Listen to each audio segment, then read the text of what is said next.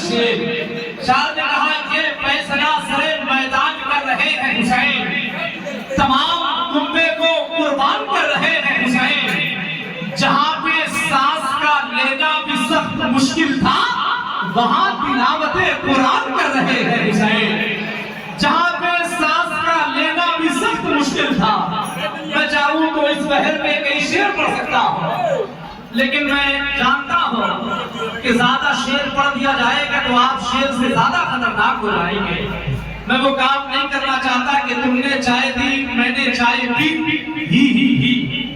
سمجھ رہے ہیں کہ بنارس کی زمین ہے،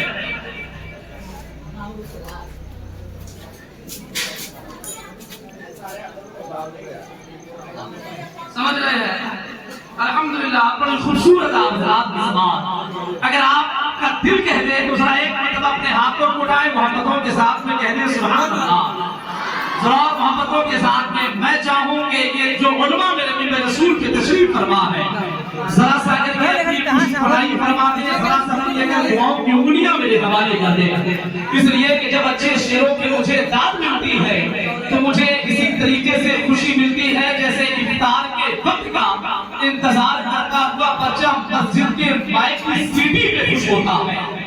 سمجھ رہے ہیں؟ تو پشت پناہی بڑی اچھی چیز ہے،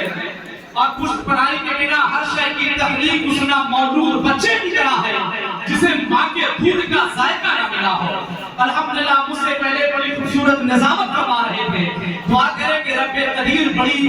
کامیابیاں عطا فرمائے۔ میں جانتا ہوں کہ ہم اس دور میں، میں جانتا ہوں کہ میں اس دور میں نظامت کر رہا ہوں جہاں یہ کہا جا سکتا ہے کہ پیر کے پیچھے خوشبوؤں کی محفلیں سجاتے ہیں، ساتھ رہنے والے کی سازشیں رچاتے ہیں، اس دنوں کی محفل میں حاسدوں کی دنیا میں آگے بڑھنے والوں کے پاؤں کھینچے جاتے ہیں۔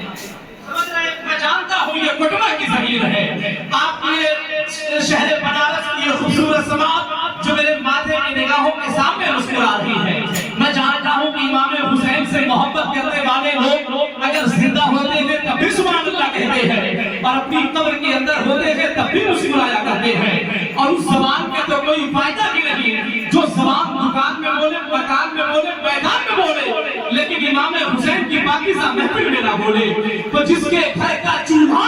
امام حسین کے صدقے میں جلتا ہے، جو اپنے گھر کی ٹوٹی ہوئی چٹائی پر بیٹھ کر مولا کائنات کے خیرات کی ملی ہوئی روٹیوں کا لقمہ توڑتا ہے، جب اپنے ہاتھوں کو اٹھائے لہجا کے کہہ دے یا حسین، اور محبت سے کہہ دے یا حسین، اور محبت سے سب لوگ اپنے ہاتھوں کو اٹھائے، اس لیے کہ جب حسینی بولتا ہے تو کچھ اس انداز میں بولتا ہے کہ پیا میں شیر ہوں، شیروں کی گراہٹ نہیں جاتی، میں لہجہ نرم بھی کر لوں تو جھجلاہٹ نہیں جاتی، یزیدی بھاگ جاتے ہیں کٹا کر جنگ سے انگلی، حسینی لڑتے ہیں جب تک کہ گردن کٹ نہیں جاتی، ذرا ہاتھوں کو اٹھائے لہجا کے کہہ دے یا حسین۔ میں چاہوں کہ ان کی دعائیں شامل سفر ہو جائے۔